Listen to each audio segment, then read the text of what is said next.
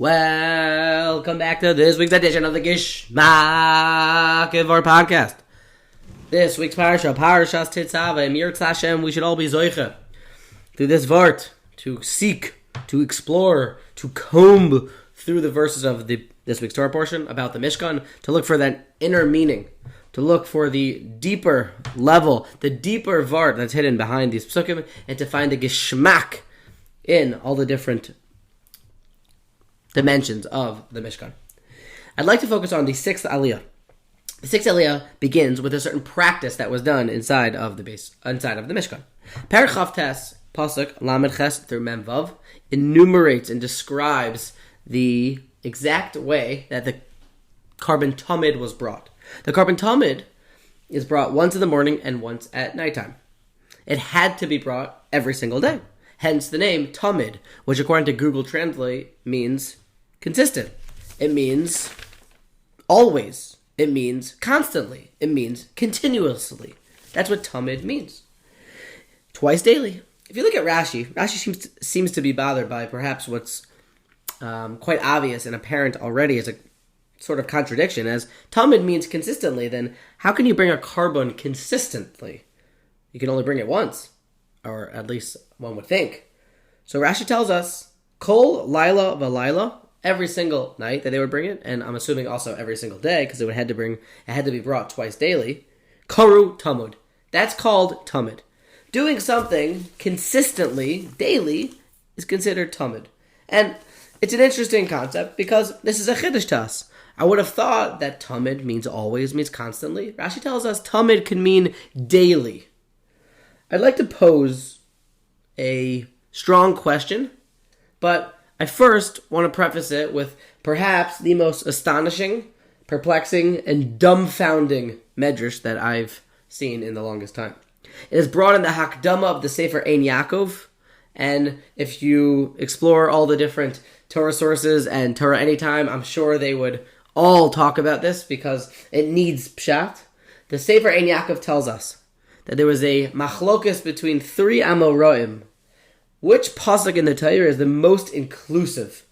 Which pasuk can summarize the most Yediyas HaTorah? Ben Zayma tells us, you want to find the all-encompassing pasuk, Shema Yisrael, Hashem Elokeinu, Hashem Echad. We can understand that. Because what else we might even answer that. Shema Yisrael. The second answer, Ben Nanis. He answers, love your friend as yourself. We know that is the point of the Torah. You could teach the entire Torah on one foot. You would say, love your friend as yourself. That's what we're all trying to strive for. The third and final answer of the Medrash is a Pliya Atzuma, is unbelievable shaila to understand what he means. Shimon ben Pazi tells us, Ve'es hakeves echad ta'aseh baboker, ve'es hakeves hashini ta'aseh ben harabayim. Shimon ben Pazi tells us the Torah, the verse in the Torah that is all-encompassing, the most encompassing, is the Carbon Tamid, this week's Parsha. Bringing of the sacrifice, once in the morning and once at nighttime, is the all-encompassing and most all-encompassing verse in all of Torah. The question is evident. How is it possible that Shimon ben Pazi could say this? And here's the kicker. Omer Rab Ploini al Raglav, the Medrash finishes that a certain Rav got up and said, this is the halacha, that Shimon ben Pazi is correct. The Carbon Tamid is the most all-encompassing pasuk in the Torah. How do we understand this?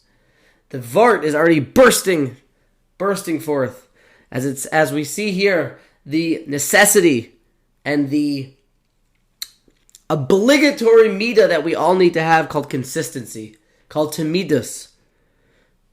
I would like to suggest that the vart in the medrash is that v'ahavta l'reacha kamoicha, loving your friend as yourself, is moiridik, and saying Kriya Shema and understanding that Hashem is our God is moiridik. But doing it once, doing it twice, amazing, but eventually if it doesn't have some sort of consistency, it's not mekayim, then ultimately it may not actually make the difference or the change that we need in us. Shimon ben Pazi tells us consistency is the key. Omer Raploni al Raglov, that without consistency, we have nothing. Even the greatest thing in the world. But without consistency, it's nothing. Or that might be too much to say.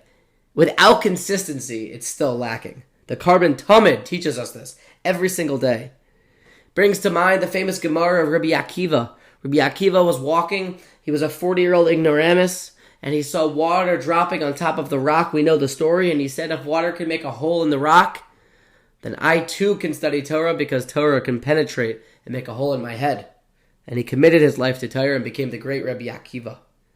We definitely can say that if all the water in the world would splash onto a rock, it would not make one iota of a change in the rock. It has to be, in order to make the change, day by day, drop by drop, nacha drop, nacha drop. That's how it has to be. B'temidos. I want to put down two chidushim, two new novel ideas, and how we can take practically to improve our routine, to improve our daily structure, to improve our consistency. This idea, I think, is already pashut, already obvious by many of us. The idea of that, the consistency in water dropping on the rock for Rabbi Akiva, we've heard before. But I want to say two new ideas. Hopefully, they can help us to make a practical change in our life. Number one, begin with the Parsha in Parshas Pinchas tells us, again, the same exact Parsha. Tells us that the Carbon Talmud should be brought twice a day. This is in 28:3, Perek Chav Ches, Pasuk Gimel, that we have to bring the Carbon Talmud. Rashi, right away, perks up and says, wait, we've already been commanded in Parshas Tetzave that we have to go ahead and do the Carbon Talmud. So why is it repeating it? Why is the Torah feeling the need to say it again? Says Rashi, because in Parshas Tetzave is the commandment to do it always, Carbon Talmud, but this Parsha is brought, the Torah is reiterating it to tell us that even during the days of the Shivas Yemei HaMaluim, the 7 days while the Mishkan was still being built and it wasn't completed, still we have to start bringing the Carbon Talmud right away. And we know even Moshe Rabbeinu brought the Carbon Talmud originally until it was passed to Aaron HaKohen. I think we see from here that the idea of jumping into routine, taking up a new practice that will lead us in the right path to our ultimate destination, we make an excuse that I have to start for the proper situation. I'm not in the right situation right now to do it. I just have too much on my plate. The Torah commands us and says it twice. The Talmud has to be even when the Mishkan isn't completed. We started bringing the Carbon Talmud during the Shivas Yemei HaMaluim. I gotta go to the gym. It's raining. It's not the right day to start. I'll start tomorrow. I gotta go to the gym. No, I just ate. What do you mean? I gotta go to the gym. Ugh, I have an ingrown toe. I'm sorry if that was a graphic example. But the idea of becoming a consistent person, don't wait to take that up. Don't wait to grab onto a new Kabbalah until it's the right circumstances. Jump into it right away, because we never know if tomorrow we'll have the opportunity. I think that's pretty clear and evident from this Rashi. A second thing, I don't think is as evident from the Psukim itself, but I think is still true. There is a famous story that in 1806, when Reb Chaim Mivalozhin traveled to his Rebbe, the Vilna Gaon, Reb Elio Kramer Mivilna, to ask him if he should open up a yeshiva named Yeshivas Volozhin. The Vilna Gaon told him, no, come back to me in a year. Reb Chaim Mivalozhin came back in a year and said, yes, you should open up the Yeshivas Volozhin. And we know the rest is history. Yeshivas Volozhin became the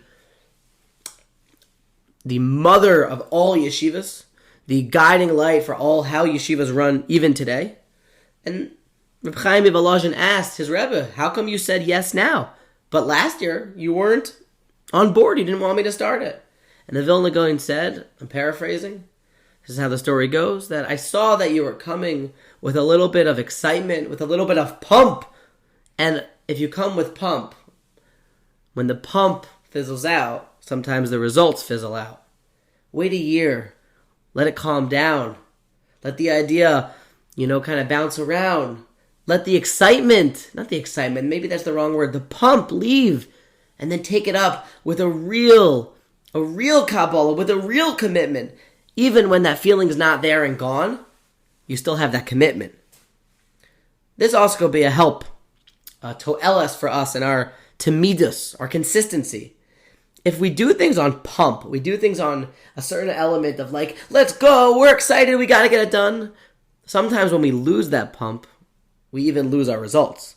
Not saying that pump and excitement isn't a good thing. It's moiridik and we need it. But the right amount of pump, the ability to say, I'm excited, but there's also a job to get done, and to stay not too high and not too low, but right in the middle, is that we're getting the job done. Two different vartlach about a carbon tamid, about consistency. Just to chazer over, what are they? Number one, start now. Don't wait for the perfect situation because who knows if we're ever going to get it. Start now, get up, and begin. And the second thing is, start, but with a certain element of like a quietness of just getting the job done, with not so much pump, but with a mentality of that, I'm going to get this done. And Amir Hashem should all be zoicha.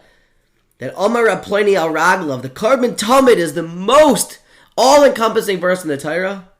Amir Hashem, we should all be zoicha to start new routines that bring us to new heights. Moiridik Shabbos.